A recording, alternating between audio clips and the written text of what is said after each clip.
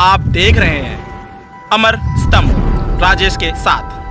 नमस्कार दोस्तों, आप देख रहे हैं अमरस्तंभ.com और मैं हूं आपके साथ राजेश कुमार। आपको बताते चले कि इस समय मैं बिहार राज्य में मौजूद हूं। बिहार राज्य के बताते चलूं, इस समय मैं भागलपुर के विक्रमशिला से ही जुड़ा हुआ है, मगर ये जो ग्राम पंचायत अंतीचक लगता है और अंतीचक के ही हम एक ग्राम पंचायत जो मुखिया है, मैं यहाँ पर मौजूद हूँ मुखिया। लेकिन कहते चले कि इस समय बिहार राज्य के कुछ जिलों कुछ हिस्सों में यहाँ पे इसमें चुनावी माहौल बहुत गर्मी सर्मी से बहुत यहाँ पे फैला हुआ है और यहाँ पे बहुत तेजी से चल रहा है। और उसी का एक हमारे पास एक छोटा सा आपके लिए एक खबर है, थोड़ा रोमांचक भी होगा, जानकारी देंगे आपके चैनल के माध्यम से कि इस समय हमारे साथ ग्राम अंतीचक से हमारे साथ यहाँ पे मौजूद हैं मिस ललिता देवी जी, जो कि यहाँ पर पंचायत के इलेक्शन में खड़ी हुई हैं। जी, आपका हमारे चैनल में स्वागत है।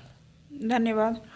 आप हमें ये बताएंगे जैसे कि इस पंचायती चुनाव जो लड़ रही हैं, तो इसके पहले आप लड़की, आप ये पहली बार आप ये लड़ रही हैं? नहीं, मैं त्रिस्तरीय पंचायत 5 बार से लड़ रही हूँ। यह मेरा 5वां टर्म होगा। लेकिन मैं सफल मात्र 2 बार ही हुई हूँ। ये तीसरा टर्म होगा जो मैं अब इलेक्शन लड़ने जा रही हूँ। फिर तो ये तीसरी बार आप जो इलेक्शन लड़ रहे हैं, अगर आप जीतेंगे तो तीसरी बार होगा आपका? हाँ, जीतेंगे तो तीसरी बार होगा, नहीं तो मेरा 2 टर्म पूरा हो चुका है। अच्छा, जैसे कि पहले कि आपने 2 टर्म में आपने काम किया, तो जनता के प्रति आपका तो रुझान रहा, लेकिन जनता का आपके प्रति रुझान कैसा रहा? जनता का भी मेरे प्रति रुझान बहुत अच्छा रहा और अब तक में भी जनता का बहुत ज़्यादा सपोर्ट है मेरे ऊपर, और सपोर्ट ही था तभी मैं जीत पा रही हूँ। और उनका भी स्नेह मुझे हर वक्त मिलता है, क्योंकि मैं 5 साल जनता के बीच लगी रही हूँ। 5 साल में यह नहीं मतलब कि उनको फील होने दी कि मैं आपके बीच नहीं हूँ, या आपका मैं समस्या नहीं सुन रही हूँ, या मैं आपका कोई काम नहीं कर रही हूँ। इस वजह से मुझे जनता 2 गुना वोट से भी ज़्यादा विजय प्राप्त होती है मेरे जनता के द्वारा। और जी, जैसे कि अभी आपसे हमारे चैनल को ये बताएंगे, जैसे कि आप जिस ग्राम पंचायत से लड़ रहे हैं, अंतीचक ग्राम पंचायत से लड़ रहे हैं, इसमें टोटल कितने गांव हैं और कितने वोटर्स होंगे? इसमें 5 गांव है मेरे पंचायत में। अंतीचक, भवानीपुर, नंदगोला, लालापुर और मलकपुर, और लगभग 6118 वोटर हैं। तो अच्छा, ये हमें बताएंगे जैसे कि अभी आपका जो अभी आपका कार्यकाल चल रहा था और आप उसमें चुनावी तैयारी भी कर रही हैं, और पिछले कार्यकाल में आपने और जो भी कार्य किया, और आगामी अगर आप सत्ते में आती है, दोबारा पंचवर्षीय चुनाव में दोबारा आप अगर पंचायत बनती है, तो किन किन मुद्दों को लेकर के, गांव के किन किन समस्याओं को लेकर के इस बार आपने सोच रखी है, कुछ क्या करना चाहती हैं?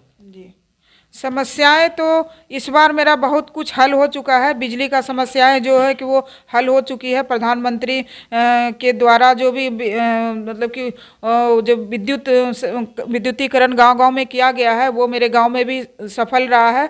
और वो पानी का भी समस्या दूर हो चुका है, क्योंकि वो जल नल के द्वारा 7 निश्चय से जल नल के द्वारा हर एक वार्ड में वो हुआ है, जल मीनार बना है, और पीएचडी विभाग के द्वारा भी किया गया है। पानी बिजली का समस्या तो लगभग जनता के द्वारा दूर ही हो चुकी थी, लेकिन अब थोड़ा स्वास्थ्य विभाग के द्वारा जो सुविधाएं हमारे पंचायत में होनी चाहिए थी, वह अब तक नहीं हो पाई है। और शिक्षा तो बिल्कुल ही, स्कूल जो भी है, उच्च विद्यालय है, जो मध्य विद्यालय है, उसके लिए तो मैं थोड़ा उदासीन हूँ, जो कि वह जो व्यवस्था मेरे द्वारा होना चाहिए था, या मतलब विद्यालय के द्वारा होना चाहिए था, मतलब शिक्षा को बढ़ावा देना था, बच्चियों का शिक्षा हो या छात्राओं का या छात्र छात्राओं का, दोनों का, लेकिन वैसा कुछ नहीं हो पाया है, जिसके लिए मैं थोड़ा दुखी हूँ।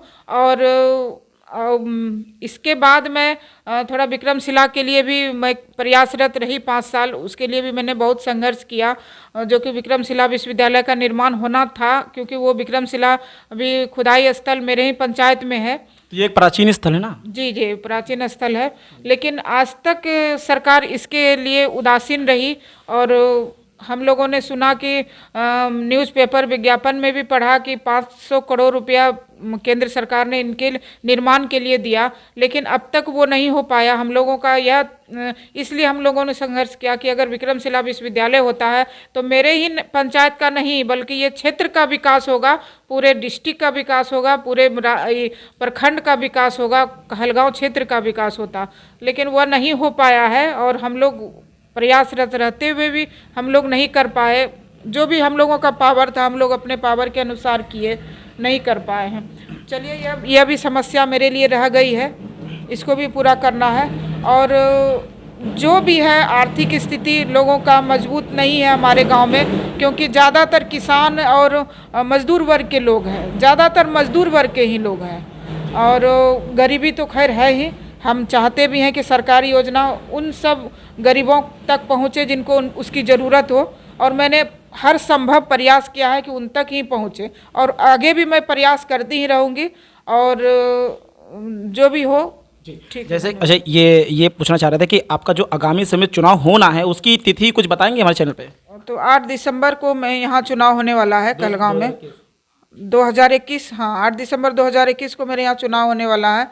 और जी ठीक है। जैसे कि हमारे साथ मौजूद रही यहाँ पर मिस ललिता देवी जी, और उन्होंने ये भी बोला कि गांव की समस्याओं को लेकर के, यहाँ की शिक्षा को लेकर के, यहाँ के दैनिक दिनचर्या को लेकर के, यहाँ पर जो मेन प्राचीन खुदाई स्थल में जो निकला, खुदाई के दौरान निकला है प्राचीन स्थल है विक्रमशिला विश्वविद्यालय। ये महिला विश्वविद्यालय था ये? नहीं, ये विक्रमशिला विश्वविद्यालय मतलब कि पूरे विश्व का यह विद्यालय था। वहाँ सभी जगह से छात्र पढ़ने के लिए आते, छात्र छात्राएं दोनों छात्र छात्राएं दोनों पढ़ने के लिए आते थे। और एक बात मैं बताना चाहती हूँ कि बिहार सरकार ने तो शराबबंदी कर चुके थे, लेकिन ऐसा कुछ नहीं हम लोगों को नज़र आया कि प्रशासन के द्वारा शराबबंदी पर किसी भी तरह का कोई कार्रवाई किया कभी, ऐसा कुछ भी नहीं। शराब तो उसी तरह लोग पी रहे हैं, उसी तरह कर रहे हैं।